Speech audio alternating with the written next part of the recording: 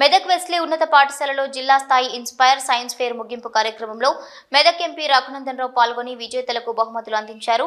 Plastic సమాజానికి పెనుభూతంలా తయారైందని దాన్ని ఇంటి నుండే పారద్రోలేందుకు ప్రతినబోసిన అవసరం ఉందని ఎంపీ రఘునందన్ రావు పిలుపునిచ్చారు.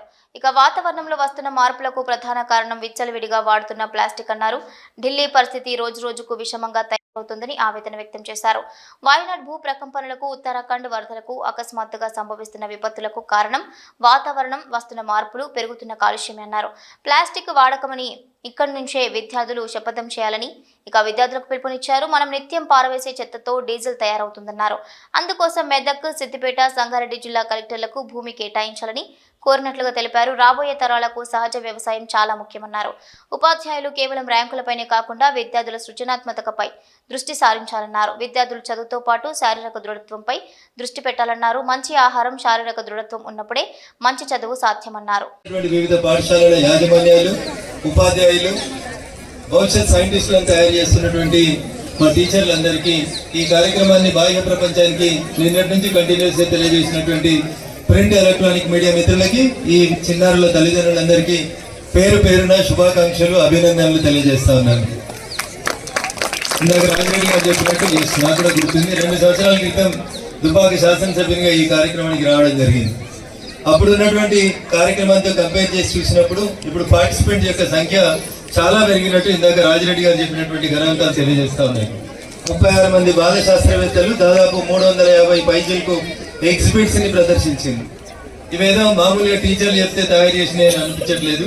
సృజనాత్మకంగా భవిష్యత్తులో భారతదేశం, ఈ ప్రపంచం, పర్యావరణం పరిరక్షించబడాలంటే, మనం అందరం మంచిగా బతకాలంటే ఏం కావాలనే దానికోసం మీరు తయారు చేసినటువంటి చిన్న చిన్న వస్తువులే భవిష్యత్తులో మన దేశానికి పునాదిరాలుగా మారాలని, పెరుగుతున్నటువంటి కాలుష్యం నుంచి మనల్ని మనం రక్షించుకోవడానికి ఉపయోగపడాలని చెప్పి ఈ సందర్భంగా బాల శాస్త్రవేత్తలందరికీ కూడా నేను ప్రత్యేకంగా అభినందనలు తెలియజేస్తా ఉన్నా. ముఖ్యంగా నేను కూడా సైన్స్ టీచర్ గా చాలా కాలం పనిచేసి వచ్చినాను కాబట్టి సైన్స్ కి సంబంధించిన అనేక అంశాలు దీంట్లో ఉన్నాయి. Disaster management, last session parliament నడుస్తా ఉంది, మేమంతా పార్లమెంట్ లో ఉన్నాం. రాత్రి ఇంటికి పోయినాం, పడుకున్నాం. తెల్లారి టీవీ ఆన్ చేస్తే వరదలు వచ్చినాయని, ఆ వరదలలో మనుషులు బురదలో కొట్టుకుపోయినారని, కరవడకుండా పోయినారని టీవీ చూస్తే ఎంతమంది పోయినారంటే మీడియా మిత్రులకు కూడా అంత చిక్కనటువంటి సంఖ్య కనబడింది. అక్కడ ఎందుకు జరిగింది? అది ఎకలాజికల్ ఇంబ్యాలెన్స్. పర్యావరణం, ప్రకృతిని మనం ఎట్లా పడితే అట్లా నాశనం చేసుకుంటూ పోతా ఉంటే, చెరువులు, కుంటలు, ఇట్లాంటి జీవం ఉన్నటువంటి ప్రాంతాలన్నింటినీ కూడా విధ్వంసం చేసుకుంటూ పోయి ఎక్కడికక్కడ కాంక్రీట్ జంగల్ గా మారుస్తున్నటువంటి ప్రస్తుత పరిస్థితులలో ఎకలాజికల్ ఇంబ్యాలెన్స్ వస్తా ఉంది. ఇప్పటికే చూస్తా ఉంటే మనం ఏదైనా కార్యక్రమానికి పోతే మంచినీళ్ళు అనేవి ప్లాస్టిక్ బాటిళ్లలో వస్తా ఉన్నాయి.